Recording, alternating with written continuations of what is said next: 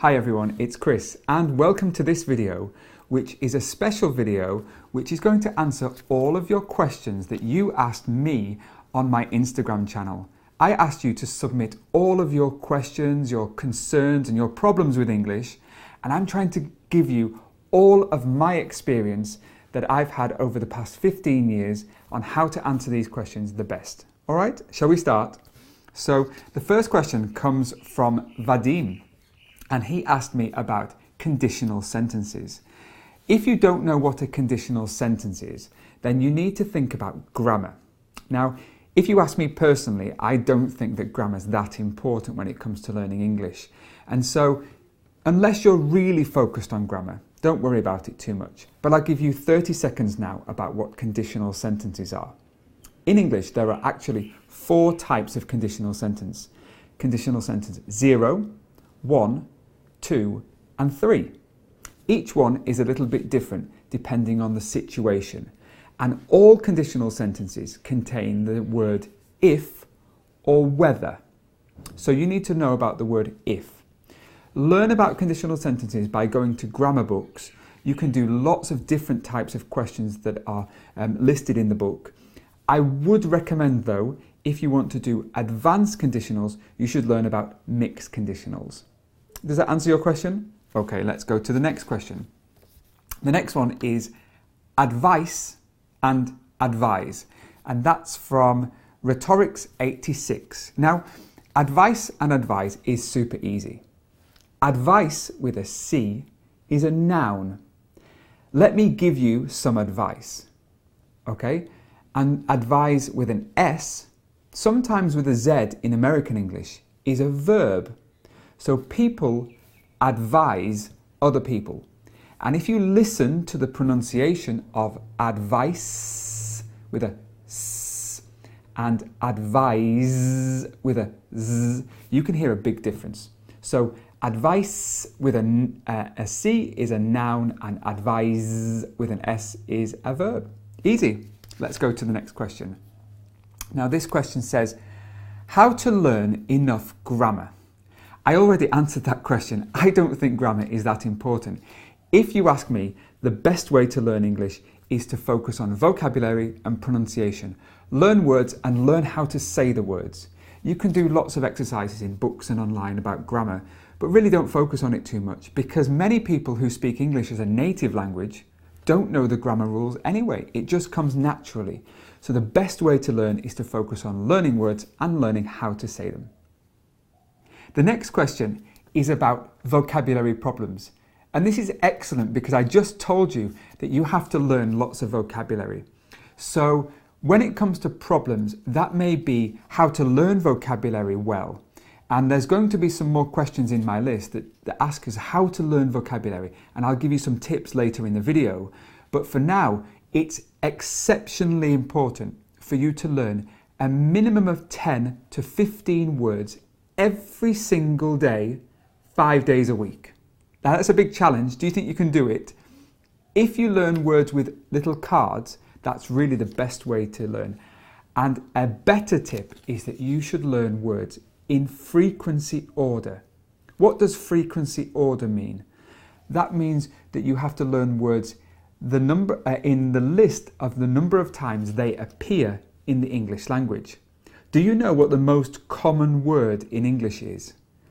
It's actually the word the. The is the most common word. So if you learn from the top in a list, that's really going to help you improve your English more quickly.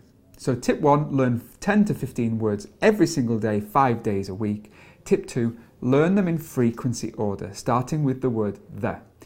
If you want, come to my website and I have a PDF list of all of the most popular words in English. I'll put a link below.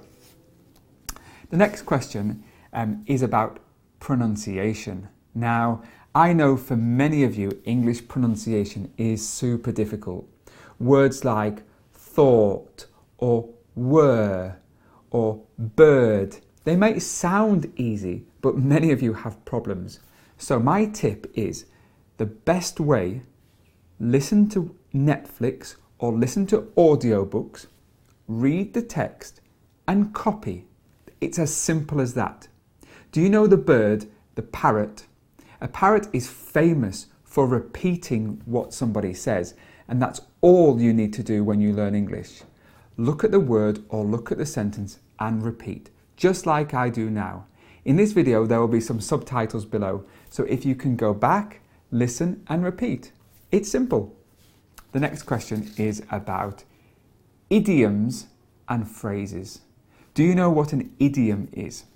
An idiom is a commonly used phrase. So it might be something like, as flat as a pancake, okay? These words are really hard, or the phrases are really hard, and it's specifically for advanced level students. So if you're just at the intermediate level, my tip is don't worry about idioms so much. When you get to the advanced levels and you start watching movies and TV shows, make a note of any idioms that seem a bit difficult for you, write them down and research them. But for now, don't worry about them. The next interesting question comes from my Instagram follower, Dr. Fatima, and she says that she doesn't have enough time to learn English. What can she do? Well, I'm afraid, Fatima, there is very little advice that I can give you, because learning a language, learning any language, if I wanted to learn Spanish or French, takes time. It takes a lot of effort and a lot of energy. There's no easy solution. As I mentioned earlier, you need to learn 10 or 15 words every single day, 5 days a week. It's hard work, and that's my only advice. I'm really sorry. The last question of today's session, and it comes from an Instagram follower called Levant, and he or she asks, is it possible to learn English with 34 people in a class? It's a super interesting question, because I know that many of you, maybe in Turkey or Ecuador, you might learn English in a very large class with 30 or 40 people. So the question is, can you learn English effectively? And the answer is absolutely yes, but there are a few conditions. You need to tell your teacher that they must never speak your language. And it's really hard. So if you live in Spain, you must say to your teacher, do not speak Spanish to me, ever. And I mean ever.